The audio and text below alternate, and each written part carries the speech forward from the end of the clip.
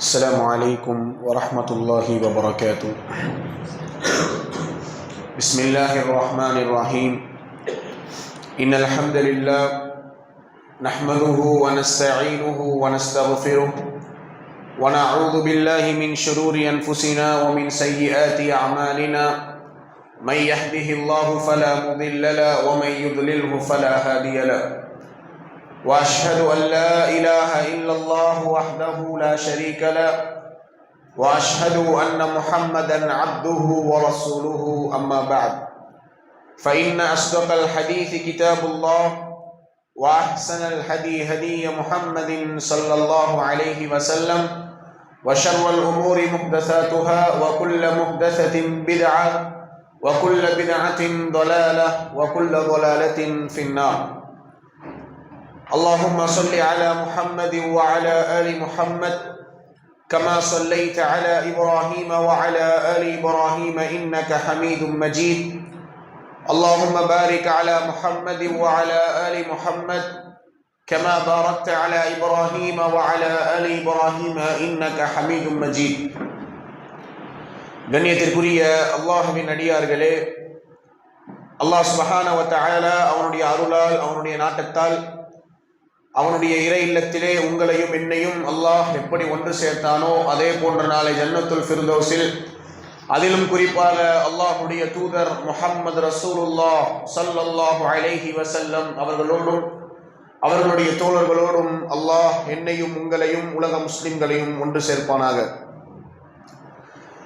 கண்ணியத்திற்குரியவர்களே, இஸ்லாமிய மார்க்கத்தில் அல்லாஹ் எல்லா வணக்க வழிபாடுகளையும் ஒரு மைய பகுதியில் அல்லாஹ் அதை கொண்டு வந்து சேர்க்கிறார். எந்த வணக்க வழிபாடை நாம் எடுத்துக்கொண்டாலும் இஸ்லாமிய மார்க்கத்திலே அதனுடைய அடிப்படை நோக்கம் பிரார்த்தனை என்கின்ற இந்த மைய பகுதியில் வந்துதான் சேரும். நாம் தொழுகையாக எடுத்துக்கொண்டாலும் நோன்பாக எடுத்துக்கொண்டாலும் இன்னும் எத்தனை வணக்க வழிபாடுகள் இஸ்லாமிய மார்க்கத்தில் இருக்கிறதோ அந்த எல்லா வணக்கங்களும் சொல்லக்கூடிய அடிப்படை, அந்த எல்லா வணக்கங்களும் செய்யப்படக்கூடிய அடிப்படை நாம் அல்லாஹ்விடத்தில் பிரார்த்தனை செய்வது.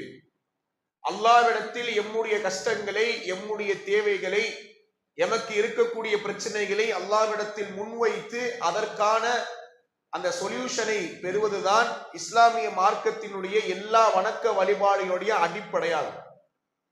இந்த துஆ என்று சொல்லக்கூடிய இந்த வணக்கம் எல்லா வணக்கங்களை விட தலையானது.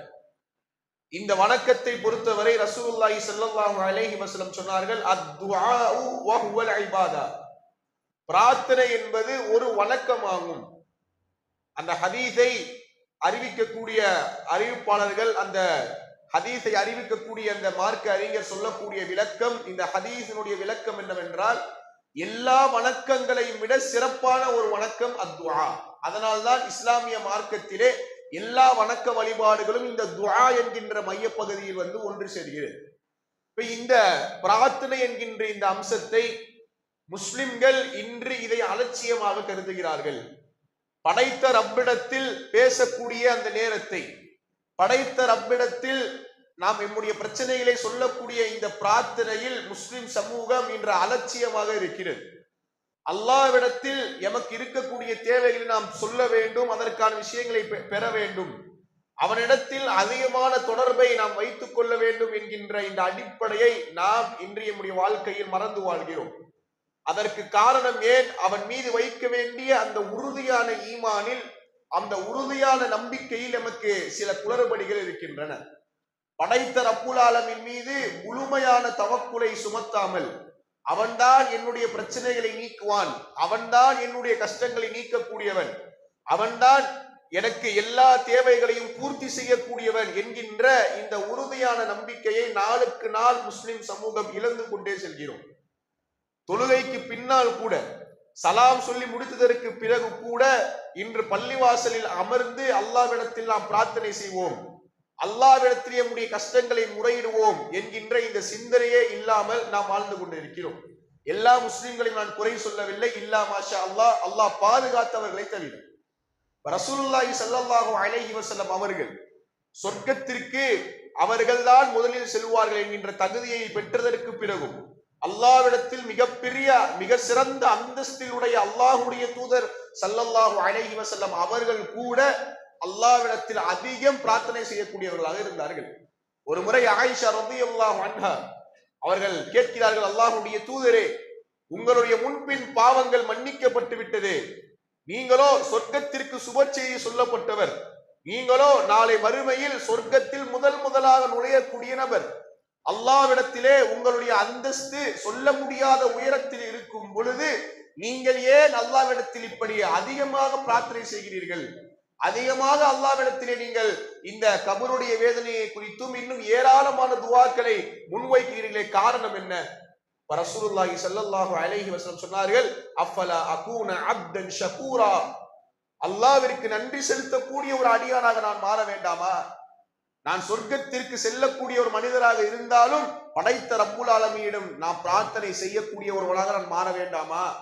அல்லாஹ்விடத்தில் கையை உயர்த்தக்கூடிய நிலைமையில் தான் நானும் இருக்கிறேன் என்று ரசூலுல்லாஹி ஸல்லல்லாஹு அலைஹி வஸல்லம் அந்த இடத்தில் சொன்னார்கள். ஏராளமான சந்தர்ப்பங்களில் அல்லாஹ்வுடைய தூதர் ஸல்லல்லாஹு அலைஹி வஸல்லம் அல்லாஹ்விடத்தில் மன்றாடக்கூடிய, அல்லாஹ்விடத்தில் பிரார்த்தனை செய்து, தான் ஒரு நபியாக இருந்தாலும் அல்லாஹ்விடத்தில் மிக சிறப்பிற்குரிய ஒரு மனிதராக இருந்தாலும் நானும் அல்லாஹ்வுடைய பார்வையில் பலவீனமானவன் தான், எனக்கும் தேவை இருக்கிறது, எனக்கும் கஷ்டங்கள் இருக்கிறது, அந்த கஷ்டத்தை எந்த மனிதரையும் நான் சாராமல் அல்லாஹ்விடத்தில் மட்டும் நான் முறையிடுவேன் என்கின்ற இந்த பிரின்சிபலை, இந்த அடிப்படையை நமக்கு கற்றுக் கொடுத்தார்கள். பத்ருடைய போர்க்களத்தை எடுத்து பாருங்கள். எதிரிகளுடைய படை கண்ணுக்கு முன்னால் இருக்கிறது. 1000 நபர்கள் கொண்ட ஒரு படை எம்மை தாக்க இருக்கும் பொழுது, எம்மிடத்தில் ஏகத்துவம் இருந்தாலும், எம்மிடத்தில் அல்லாஹ்வினுடைய உறுதி இருந்தாலும் ரசூலுல்லாஹி ஸல்லல்லாஹு அலைஹி வஸல்லம் அவர்கள் நேரடியாக சென்று அவர்களுடைய கூடாரத்தில் இருந்து கொண்டு அல்லாஹ்விடத்தில் பிரார்த்தனை செய்கிறார்கள். யா அல்லாஹ், இந்த காலை பொழுதிலே இந்த குறைஷிகளை நீ அழித்து விடு, இந்த இஸ்லாமிய மார்க்கத்தை கொண்டிருக்கக்கூடிய இந்த மக்களுக்கு நீ வெற்றியை குடியா அல்லாஹ் என்று அல்லாஹ்விடத்தில் கைகளை உயர்த்தி அழுகிறார்கள். அல்லாஹ் அந்த பிரார்த்தனையை ஏற்றுக்கொண்டு 1000 மலக்குமார்களை அல்லாஹ் இறக்கி அந்த பத்ருடைய போர்க்களத்தில் வெற்றியை கொடுக்கிறார். கண்ணியத்திற்குரியவர்களே, இந்த பிரார்த்தனை என்பது பல அற்புதங்களை நிகழ்த்தக்கூடிய ஒரு அம்சம், சாதாரண ஒன்று அல்ல. பிரார்த்தனை என்பது அல்லாஹ்விடத்தில் கேட்கக்கூடிய இந்த பிரார்த்தனைகள் என்பது எம்முடைய வாழ்க்கையில் நாம் நினைத்து பார்க்காத அளவிற்கு எம்முடைய வாழ்க்கையில் திருப்பங்களையும் எம்முடைய வாழ்க்கையில் அற்புதங்களையும் நிகழ்த்தக்கூடிய இந்த பிரார்த்தனை. நபிமார்களுடைய வரலாற்றை நாம் எடுத்து படித்து பார்த்தால் குர்ஆனில் நபிமார்கள் அல்லாஹ்விடத்தில் எந்த அளவிற்கு பிரார்த்தனை செய்தார்கள். குர்ஆனில் நபிமார்கள் ஒரு பிரச்சனை, ஒரு கஷ்டம் வந்துவிட்டால் அல்லாஹ்விடத்திலே உறுதியாக இருந்து எத்தனை தடவை அல்லாஹ்வை அழைத்தார்கள் என்பதை நாம் குர்ஆனில் பார்க்கலாம். அய்யூப் அலைஹிஸ்ஸலாத்து வஸ்ஸலாமுடைய வரலாற்றை படியுங்கள். நோயால் பாதிக்கப்படுகிறார். ஒட்டுமொத்த வாழ்க்கையும் நோயால், கஷ்டங்களால் செல்கிறது. அந்த நோயை தாங்கிக் கொள்ள முடியாத அய்யூப் அலைஹிஸ்ஸலாத்து வஸ்ஸலாம் அல்லாஹ்விடத்தில் முறையிடுகிறார்கள். யா அல்லாஹ், இந்த நோயை உன்னை தவிர எவராலும் குணப்படுத்த முடியாது, நீதான் ரஹ்மத்தை பொழியக்கூடியவன், நீதான் அளவற்ற அருளாளன், என்னுடைய நோயை நீ குணமாக்கிவிடு. காலமாக, ஒரு நாள் அல்ல, 2 நாட்கள் அல்ல, வருடமாக காலம் செல்லக்கூடிய அந்த நேரத்திலே எப்பொழுதும் அல்லாஹ்விற்கு முன்னால் கைகளை உயர்த்தி நீதான் இதை கொடுக்க வேண்டும் என்கின்ற அந்த உறுதியான நம்பிக்கையில் அல்லாஹ்விடத்தில் பிரார்த்தனை செய்கிறார்கள். அல்லாஹ் அதை குணமாக்குகிறார். நபி யூனுஸ் அலைஹிஸ்ஸலாத்து வஸ்ஸலாம் மீனுடைய வயிற்றில் மாற்றிக்கொண்ட பொழுது, யாரும் எமக்கு உதவ முடியாது என்கின்ற அந்த சூழ்நிலை வரும் பொழுது அவருடைய ஈமான் வெளிப்பட்டது, தவக்குல் வெளிப்பட்டது. அல்லாஹ் மட்டும்தான் என்னை இந்த கஷ்டத்திலிருந்து வெளிப்படுத்த முடியும் என்கின்ற அந்த உறுதியோடு கேட்டார்கள், லா இலாஹ இல்லா அன்ஸ், அல்லாஹ்வே, உன்னை தவிர வணக்கத்திற்குரியவன் யாரும் இல்லை, சுப்ஹானக், புகழ்கிறார்கள் அல்லாஹ்வை. கஷ்டமான சூழல்களிலும் அல்லாஹ்வை புகழ்ந்தவர்களாக, சுப்ஹானக், நீ பரிசுத்தமானவன் யா அல்லாஹ், நான் தான் நஷ்டவாளிகளில் ஒருவராக ஆகிவிட்டேன், என்னை இந்த பிரச்சனையில் இருந்து காப்பாற்ற உன்னை தவிர யாராலும் முடியாது என்கின்ற அந்த உறுதியான நம்பிக்கையை யூனுஸ் அலைஹிஸ்ஸலாத்து வஸ்ஸலாம் வைத்து அல்லாஹ்விடத்தில் பிரார்த்தனை செய்தார்கள். அல்லாஹ் அந்த மீனுடைய வயிற்றிலிருந்து யூனுஸ் அலைஹிஸ்ஸலாத்து வஸ்ஸலாமை காப்பாற்றினான். கண்ணியத்திற்குரியவர்களே, பிரார்த்தனை செய்யும் பொழுது நாம் பேண வேண்டிய சில ஒழுங்குமுறைகள், நாம் படைத்த ரப்பை எப்படி அழைக்க வேண்டும், எந்த நிலையில் அழைக்க வேண்டும், எப்படி அவனிடத்தில் பிரார்த்தனை செய்ய வேண்டும் என்கின்ற அந்த ஒழுக்கங்களை ரசூலுல்லாஹி ஸல்லல்லாஹு அலைஹி வஸல்லம் நமக்கு கற்றுக் கொடுத்தார்கள். முதலாவதாக பிரார்த்தனைகள் எப்படி அங்கீகரிக்கப்படும், இதை நாம் புரிந்து கொள்ள வேண்டும். பிரார்த்தனைகளை பொறுத்தவரை அல்லாஹ்விடத்தில் அது 3 விதமாக அங்கீகரிக்கப்படும் என்று ரசூலுல்லாஹி ஸல்லல்லாஹு அலைஹி வஸல்லம் சொன்னார்கள். ஒருவர் அல்லாஹ்விடத்தில் பிரார்த்தனை செய்கிறார், யா அல்லாஹ், எனக்கு இந்த கோரிக்கை இருக்கிறது, எனக்கு இந்த பிரச்சனை இருக்கிறது, நீதான் தீர்வை கொடுக்க வேண்டும். முதலாவதாக அந்த பிரார்த்தனையை அல்லாஹ் அங்கீகரிப்பார். அவர் எதை கேட்டாரோ இந்த உலகத்தில் அல்லாஹ் அதை கொடுத்து விடுவான். ஒன்று. இரண்டாவது, அல்லாஹ் அவர் கேட்டதை கொடுக்காமல் அதை விட சிறப்பிற்குரிய ஒரு பொருளை அவருக்கு வழங்குவார். மூன்றாவது, அவர் கேட்ட அந்த பொருளை இந்த உலகத்தில் கொடுக்காமல், அவர் கேட்ட அந்த கோரிக்கையை இந்த உலகத்தில் கொடுக்காமல் நாளை மறுமையில் அதை நன்மைகளாக அல்லாஹ் வழங்குவான். இப்படி 3 விதமாக பிரார்த்தனைகள் அல்லாஹ்விடத்தில் ஏற்றுக்கொள்ளப்படுகிறது என்று ரசூலுல்லாஹி ஸல்லல்லாஹு அலைஹி வஸல்லம் சொன்னார்கள். ஆக நாம் எந்த மனநிலையில் அல்லாஹ்வை அழைக்கிறோம்? கேட்டா உடனே எனக்கு கிடைக்கும், நான் என்ன கேட்கிறேனோ அதே பொருளை அல்லாஹ் கொடுக்க வேண்டும் என்கின்ற இந்த மனநிலையில் நாம் அல்லாஹ்வை அழைப்பதால் தான் அல்லாஹ்வின் மீது நாம் நிராசை அடைந்து விடுகிறோம். அல்லாஹ்ட்ட நம்ம ஒரு கோரிக்கையை கேட்கிறோம், யா அல்லாஹ், எனக்கு பண கஷ்டம் இருக்கு, இவ்வளவு இந்த செல்வத்தை எனக்கு கொடு அப்படி நம்ம அல்லாஹ்விடத்துல கேட்கிறோம். நாளுக்கு நாள் கேட்கிறோம், கேட்டுக்கிட்டே இருக்கோம் ரிப்பீட்டடா. ஆனால் அல்லாஹ் எமக்கு அந்த கஷ்டத்தை போக்காமல் இன்னும் சோதனைகளை எமக்கு அல்லாஹ் அதிகமாக்கினால் மனிதன் நிராசை அடைந்து அல்லாஹ்விடத்திலிருந்து பிரார்த்தனை செய்வதிலிருந்து விலகிக் கொள்கிறான். மேலும் எப்படிப்பட்ட வார்த்தைகளை நாம் பயன்படுத்துகிறோம் என்றால், நான் இவ்வளவு நாள் அல்லாஹ்ட்ட கேட்டேன், அல்லாஹ் எனக்கு கொடுக்கல என்று அல்லாஹ்விடத்திலிருந்து நாம் நிராசை அடைந்து விடுகிறோம். இது தவறான ஒரு விஷயம். அன்பிற்கினியவர்களே, நபிமார்களுடைய வாழ்க்கையில் எவ்வளவு சோதனைகள் வந்தாலும், சஹாபாக்களுடைய வாழ்க்கையில் எவ்வளவு சோதனைகள் வந்தாலும் கடைசி வரை உறுதியாக இருந்தார்கள். அல்லாஹ் மட்டும்தான் எனக்கு இதை நீக்க முடியும், அல்லாஹ் மட்டும்தான் எனக்கு இதிலிருந்து அவன் என்னை வெளிப்படுத்த முடியும் என்று சஹாபாக்களுடைய இந்த உறுதிதான் அவருடைய பிரார்த்தனையை வெற்றி அடையக்கூடிய பிரார்த்தனையாக அல்லாஹ் மாற்றினார். ரசூலுல்லாஹி ஸல்லல்லாஹு அலைஹி வஸல்லம் அவர்கள் அந்த பத்ருடைய போர்க்களத்தை நினைச்சு பாருங்க. ஒருவேளை ரசூலுல்லாஹி ஸல்லல்லாஹு அலைஹி வஸல்லம் பிரார்த்திக்காமல், பிரார்த்தனை செய்யாமல் அல்லாஹ்வின் மீது நிராசை அடைந்திருந்தால் அந்த பத்ருடைய நிலைமை என்ன இருக்கும்? அய்யூப் அலைஹிஸ்ஸலாத்து வஸ்ஸலாம் எடுத்து பாருங்க, எத்தனை முறை பிரார்த்தித்தார்கள். இப்ராஹிம் அலைஹிஸ்ஸலாத்து வஸ்ஸலாம் அவ்வளவு சோதனைகளுக்கு உள்ளாக்கப்பட்ட பொழுதும் அவர்கள் சொன்ன வார்த்தை என்ன? ஹஸ்புனல்லாஹு வ நிஅமல் வக்கீல், அல்லாஹ் எனக்கு போதுமானவன், அவன் என்னை இதிலிருந்து வெளியேற்றுவான் என்று பிரார்த்தனைகளை நபிமார்கள் அல்லாஹ்விடத்தில் கேட்டுக்கொண்டே இருந்தார்கள். ஆனா நம்ம இன்னைக்கு நம்ம கேட்ட ஒரு விஷயம் கிடைக்கலன்னா அதுல இருந்து நம்ம நிராசை அடைஞ்சிடுறோம், அல்லாஹ்ட்ட கேட்காம விட்டுடுறோம்.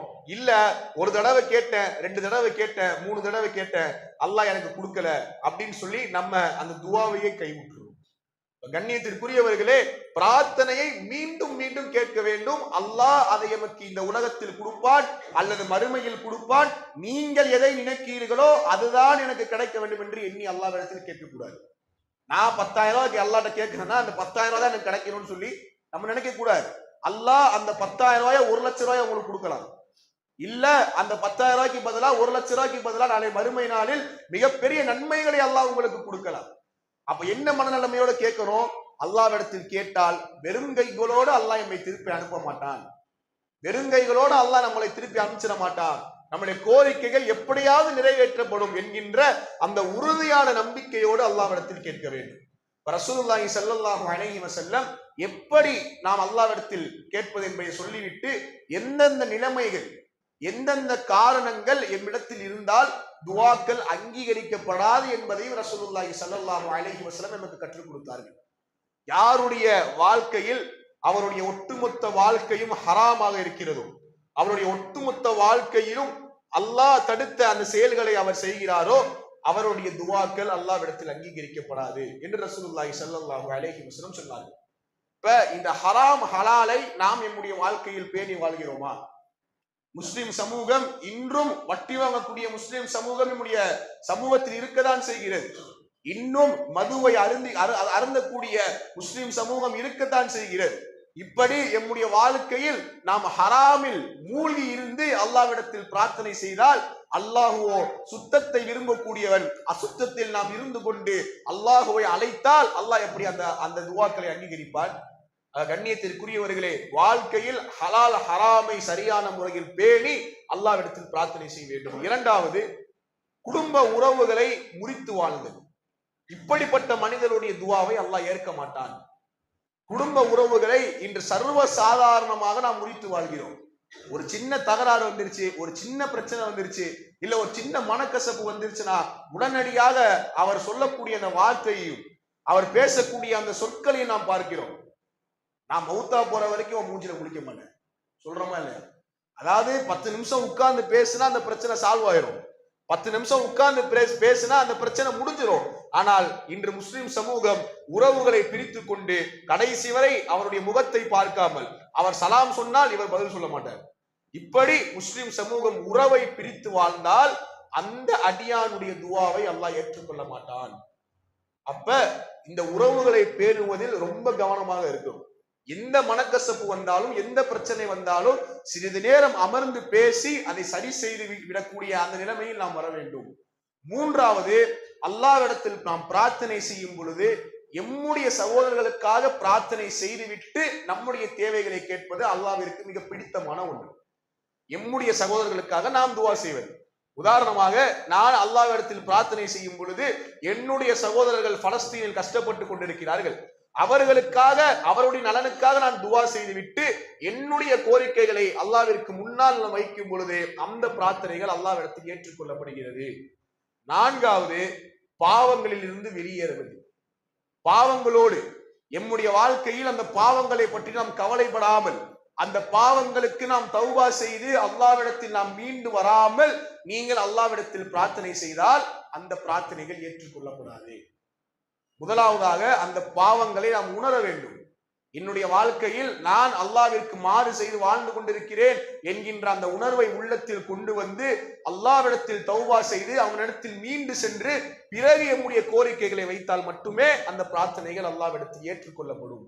இந்த அம்சங்கள் எல்லாம் எம்முடைய வாழ்க்கையில் வர வேண்டும். இந்த அம்சங்கள் எல்லாம் என்னுடைய வாழ்க்கையில இருக்கா, இந்த தவறுகளை எல்லாம் நான் செய்து கொண்டிருக்கிறேனா என்பதை சரியான முறையில் பார்த்து எம்மை நாம் சுத்தப்படுத்தி கொண்டு தூய உள்ளத்தோடு நாம் அல்லாஹ்விடத்தில் கேட்க வேண்டும்.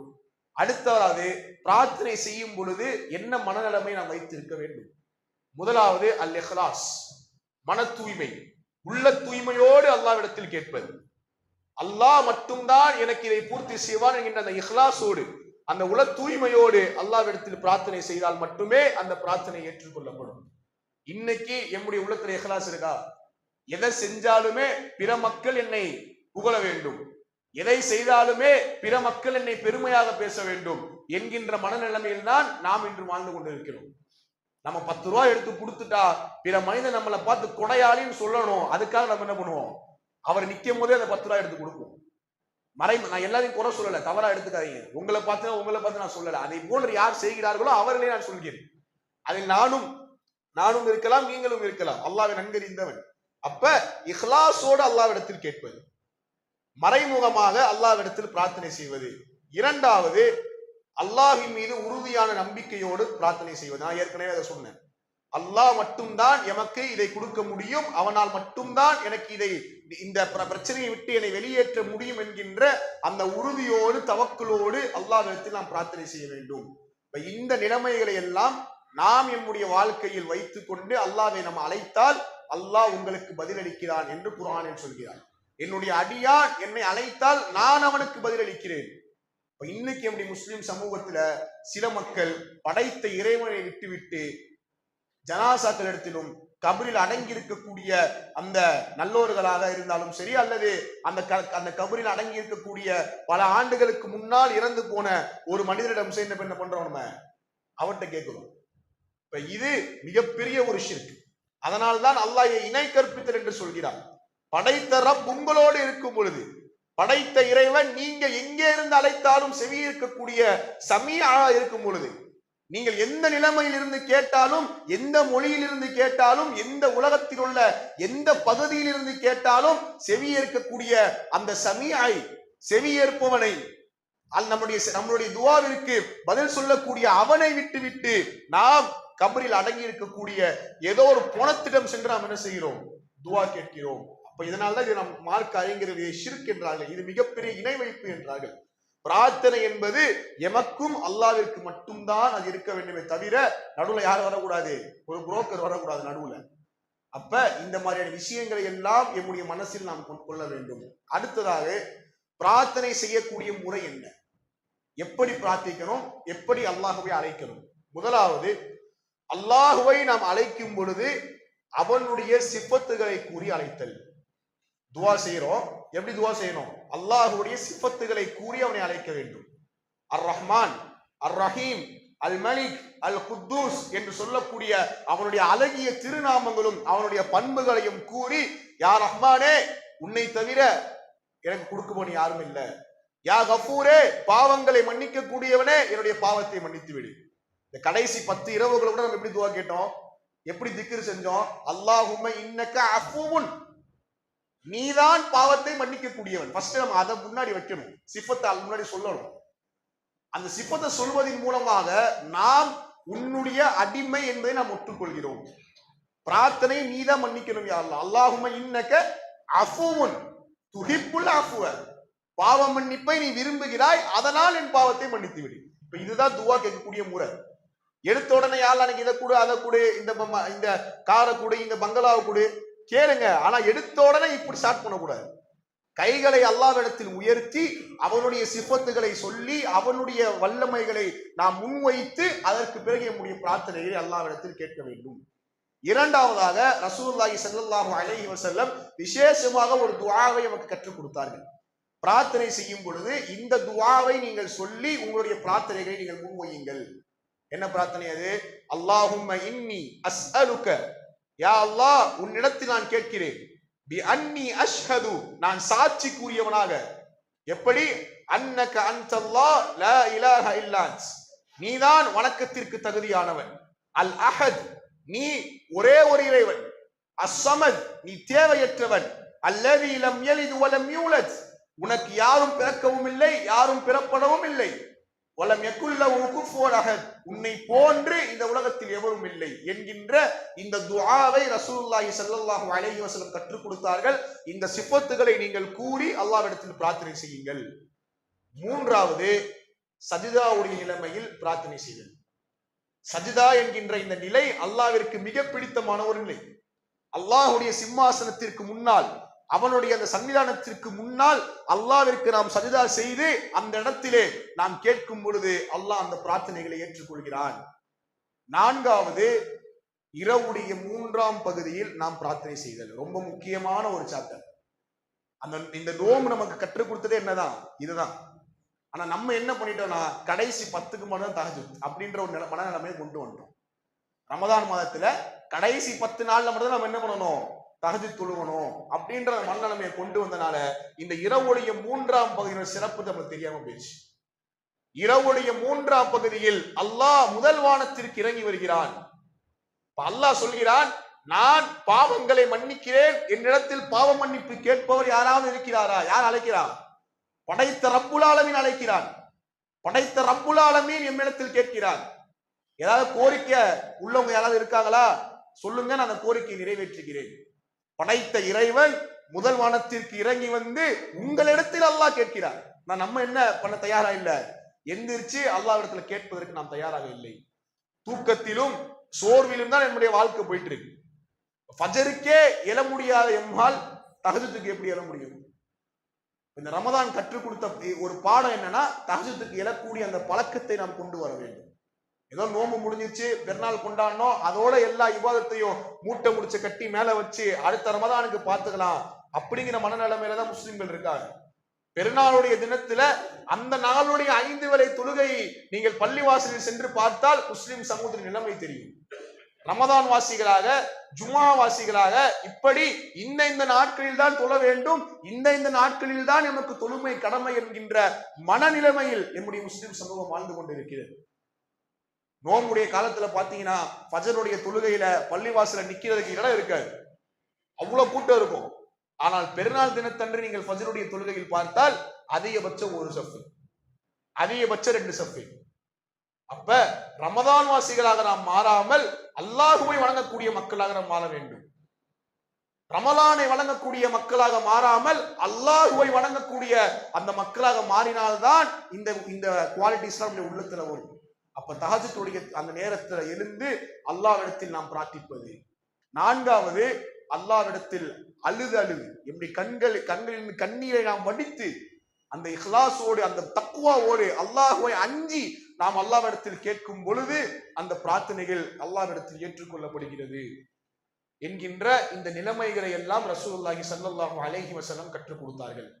கடைசியா ஒரு 3 விஷயம் நாம் என்னுடைய மனதில் நிறுத்தி வைக்க வேண்டியது. ஒன்று, ஒரு தடவை கேட்டு விட்டுறக்கூடாது, திரும்பி திரும்பி கேட்கணும். ஒண்ணு. ரெண்டாவது, நமக்கு என்ன தேவையோ, நம்மனால என்ன முடியுமோ, நம்ம மக்கள்கிட்ட எப்படி கேட்போம், உங்களால முடிஞ்சா ஒரு 5000 கொடுங்க, இப்படி கேட்க கூடாது. அல்லாஹ் எதையும் கொடுக்கக்கூடியவன். எம்முடைய பார்வையில் எது சாத்தியமற்றது என்று நாம் நினைக்கிறோமோ அந்த சாத்தியமற்றதையும் அல்லாஹ் கொடுக்கக்கூடியவன்.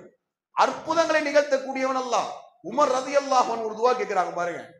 ஒரு கலீஃபா ஒரு துவா கேட்கிறாங்க. எப்படி கேட்கிறாங்க தெரியுமா? யா அல்லாஹ், உன்னுடைய பாதையில் ஷஹீதாகக்கூடிய பாக்கியத்தை கொடு. எங்கே ஷஹீதாகணும்? மதீனா நகரத்திலே, உன்னுடைய நபியினுடைய நகரத்திலே ஷஹீதாகக்கூடிய பாக்கியத்தை கொடு. எப்ப கேட்கிறாங்க? உமர் ரலியல்லாஹு அன்ஹு ஆட்சி காலத்துல. போர் நடக்குமா? உமர் ரலியல்லாஹு ஆட்சி காலத்துல ஒட்டுமொத்த அரேபியாவும் இஸ்லாமிய மார்க்கத்தை ஏற்றுக்கொண்டு விட்டது. எந்த போரும் நடப்பதற்கு சாத்தியம் இல்லாத ஒரு நிலை. அப்படி சாத்தியம் இல்லாத ஒரு நிலையிலும் கூட உமர் ரலியல்லாஹு அன்ஹு கேட்டாங்க, எனக்கு ஷஹாதத்தை குடியா அல்லாஹ். அல்லாஹ் கொடுத்தானா இல்லையா? ஃபஜ்ருடைய தொழுகையில் உமர் ரலியல்லாஹு அன்ஹு தொலை வைத்துக் கொண்டிருக்கும் பொழுது ஒரு மஜூசி, அபு லுலு என்று சொல்லக்கூடிய ஒரு மஜூசி உமர் அவர்களை கத்தியால் குத்தி ஷஹீதாக்கினார். அப்ப எந்த விஷயமுமே சாத்தியமற்றது என்று நினைச்சிடக்கூடாது. அல்லாஹுடைய பார்வையில் எதுவும் சாத்தியமற்றது. அல்லாஹ்விடத்தில் கேட்கும் பொழுது எந்த கோரிக்கையாக இருந்தாலும் அதை தெளிவா வெளிப்படையா நம்ம அல்லாஹ்ட்ட கேட்கணும். இந்த விஷயத்தை நம்ம மனநிலை வைக்க வேண்டும். மூணாவது, நம்ம என்ன நினைக்கிறோம், நம்மளுடைய பொருளாதாரம் ஸ்டேட்டஸ் இவ்வளவுதான், இதை மட்டும் நம்ம கேட்போம். நம்மளுடைய பொருளாதார ஸ்டேட்டஸ், என்னுடைய மாச சம்பளம் 20000 ரூபாய், அந்த 20000 ரூபாய்க்குள்ள நான் என்னென்ன பண்ண முடியுமோ அதை மட்டும் நான் அல்லாஹ்ட்ட கேட்கிறேன். இப்படி மக்கள்கிட்ட நம்ம எப்படி கேட்போமோ, மனிதர்கள்ட்ட நம்ம எப்படி கோரிக்கை வைப்போமோ அப்படி கோரிக்கை வைக்காமல் படைத்த ரப்புடைய சிஃபத்துகளை அறிந்து அல்லாஹ்விடத்தில் நாம் கோரிக்கை வைக்க வேண்டும். இந்த விஷயங்களை எல்லாம் நம்முடைய உள்ளத்தில் நாம் கருத்தில் கொண்டு நம்முடைய பிரார்த்தனைகளை அமைக்க வேண்டும். பிரார்த்தனைகள் மிகப்பெரிய ஒரு ஆயுதம். ரசூலுல்லாஹி ஸல்லல்லாஹு அலைஹி வஸல்லம் சொன்னார்கள், கதிர்களையும் நம்முடைய விதியையும் மாற்றி எழுதக்கூடிய ஒரு ஆயுதம் இந்த பிரார்த்தனை என்றார்கள். இந்த பிரார்த்தனையை கொண்டுதான் எதையும் நாம் வெல்ல முடியும், எதையும் நாம் சாத்தியமாக ஆக்க முடியும். இன்று முஸ்லிம் சமூகம் படக்கூடிய இந்த இன்னல்களும் நாம் வென்றெடுக்க முடியும் இந்த பிரார்த்தனைகளால். இந்த பிரார்த்தனைகள் பலஸ்தீனில் நடக்கக்கூடிய அந்த பிரச்சனையாக இருந்தாலும் சரி, எம்முடைய நாட்டில் நடக்கக்கூடிய எமக்கு எதிரான அடக்குமுறைகளையும் தகுடுமுடியாக ஆக்கும் இந்த துஆ. ஆனால் அந்த துஆவை நாம் எப்படி கேட்கிறோம் என்பதுதான் இங்கே பிரச்சனை. இக்லாஸோட கேட்கிறோமா? எம்முடைய வாழ்க்கையில ஹராம் ஹலால பேணி நம்ம கேட்கிறோமா? எம்முடைய வாழ்க்கையில் தக்குவா இருக்கிறதா? இதுதான் இங்க பிரச்சனை. இந்த சிஃபத்துகளை நீங்கள் சரி செய்து கொண்டு உள்ளத்தை சீர்படுத்தி கொண்டு அல்லாஹ்விடத்தில் இந்த பிரார்த்தனைகளை முன்வைப்போம். அல்லாஹ் சுப்ஹானஹு வ தஆலா எதிர்வரக்கூடிய அந்த நாடாளுமன்ற தேர்தல் மிக முக்கியமான ஒன்று. முஸ்லிம்களாகிய நாம் இந்த நேரத்தில் களமாடக்கூடிய நேரத்தில் நாம் இருக்கிறோம். நம்ம களத்துல இறங்கி ஒவ்வொரு மக்களிடத்திலும் விழிப்புணர்வை ஏற்படுத்தி இந்த தேர்தலில் மிகப்பெரிய அந்த நம்முடைய முஸ்லிம் சமூகத்திற்கு ஏற்ற அந்த வெற்றியை நம்ம கொண்டு வரக்கூடிய நிலைமையில இருக்கிறோம். அதே நேரத்தில் அதிகமாக பிரார்த்தனை செய்யக்கூடிய நிலைமையில நம்ம இருக்கிறோம். இன்னும் கொஞ்சம் ஒரு வார காலம் தான் இருக்கு. இந்த ஒரு வார காலம் நம்ம என்ன பண்ணுவோம்? தஹஜ்ஜுடைய தொழுகையில் எழுந்து அல்லாஹ்விடத்தில் பிரார்த்தனை செய்வோம். யா அல்லாஹ், என் மீது இரக்கம் காட்டாத இந்த மக்களுடைய இந்த ஆட்சியை நீ ஒழித்து விடு, நல்ல ஆட்சியை கொண்டு வா, முஸ்லிம்கள் நிம்மதியாக வாழக்கூடிய அந்த சூழலை ஏற்படுத்தியா அல்லாஹ் என்று அல்லாஹ்விடத்தில் அழுது இந்த ரமதானுடைய மாதத்தில் எப்படி நாம் அல்லாஹ்விடத்தில் கேட்டோமோ இதே பிரார்த்தனையை, இதே வணக்க வழிபாடுகளை நம்முடைய மரணம் வரை கொண்டு செல்வோம். ரமதான் வாசிகளாக இல்லாமல், ரமதானை வணங்கக்கூடிய மக்களாக இல்லாமல், படைத்த ரப்புல் ஆலமீனே அல்லாஹ் சொல்கிறானே, உங்களுடைய மரணம் வரும் வரை நீங்கள் அவனை வணங்குங்கள் என்கின்ற அந்த வசனத்திற்கு ஏற்ப பள்ளிவாசல்களை மீண்டும் உயிர்ப்பிப்போம். ரமதானில் மட்டும் வணங்கக்கூடிய மக்களாக இல்லாமல் எம்முடைய உயிர் இந்த உலகத்தை விட்டு பிரிக்கப்படும் வரை நாம் வணங்கக்கூடிய அல்லாஹ்வை வணங்கக்கூடிய அந்த மக்களாக நாம் மாறுவோம். அல்லாஹ் சுப்ஹானஹு வ தஆலா வரக்கூடிய நாட்களில் முஸ்லிம்களுக்கு நலவை ஏற்படுத்துவானாக. எல்லா சூழல்களையும் முஸ்லிம்களுக்கு சாதகமான ஒரு சூழ்நிலையாக மாற்றுவானாக. அகூலு கௌலி ஹாதா வஸ்தக்ஃபிருலி. அஸ்ஸலாமு அலைக்கும் வரஹ்மத்துல்லாஹி வபரகாத்துஹு.